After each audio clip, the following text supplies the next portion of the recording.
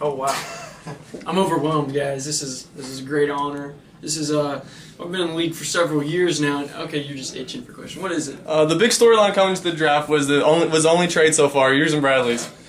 You got a good player. Elaborate on that. And was the player you chose the one you had in mind when you made the trade? Yeah. Whenever I made the trade initially, I just thought, okay, I could get Adrian Peterson pretty early, hopefully, or maybe Chris Johnson or somebody. But then I got to thinking about it, and I could just get the whole package and get a quarterback and a running back all in one. And so it was really, as soon as I knew I had number 2 and I thought about it for a minute, that was what I went with. Yes. You took Ocho Cinco in the 5th round, and some owners might not even know about his recent landing in New England. How do you feel about Ocho Cinco being in New England and the value that he has coming into your team? Well, I had Ocho Cinco last season, and I know that he was about an average receiver, maybe a little above average, and he performed well for them. And I just know that being with Tom Brady as their quarterback now, he's going to excel. There's no doubt in my mind. He's going to have a great season, and he's going to help me win a championship. Yes. What was going through your mind when you decided to go with the kicker?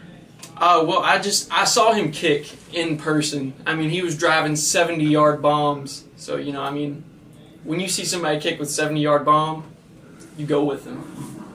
Next question. What's your opinion of the draft setup? Of the draft setup? What do you mean? Like the layout of the room? Oh, the room. It was exquisite, to say the least. I mean, I loved it.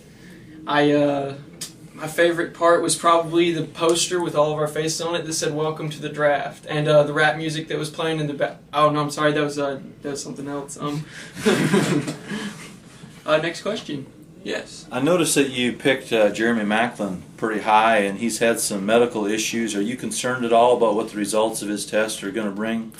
I'm really not that worried about it. I'm just mainly concerned if he's going to play a lot. But I'm really counting on him playing. I think he will, and I think that having him and Vic will really influence my team. I'll get double the points for anything that he does. So, yes. How do you feel about playing against your brother-in-law again? About playing against my brother-in-law again? I feel pretty confident about it. I mean, I've got a strong 3, to say the least, quite possibly a strong 5, depending on medical issues and whatnot. So, pretty confident. Yes. What are your words or thoughts on Peyton Hillis? Peyton Hillis is going to be one of those athletes this year that everybody was like, oh, he was just a one-hit wonder. But no, I see through all that. I see Peyton Hillis coming out with another strong year. He's got great goal line potential. So I have a feeling he's going to score a lot of touchdowns and get pretty decent yards every game. Yes. What is this video represented by? Old Spice. Right here in our background. We're the Old Spice League of Champions. Any more questions? Oh, yes.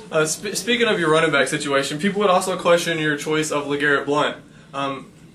He had a strong inning last year, but he's still unproven, his second year. How do you feel about him? As an undrafted rookie last year, he came in and he really stepped up and did a big thing there, and he was number 1 and 2 in almost every category for rookie running backs. And this year, I think he's only going to excel and do better, and really help Tampa Bay out. Yes. If you would have had the number 1 pick, who would you have gone with? I would have gone with Michael Vick.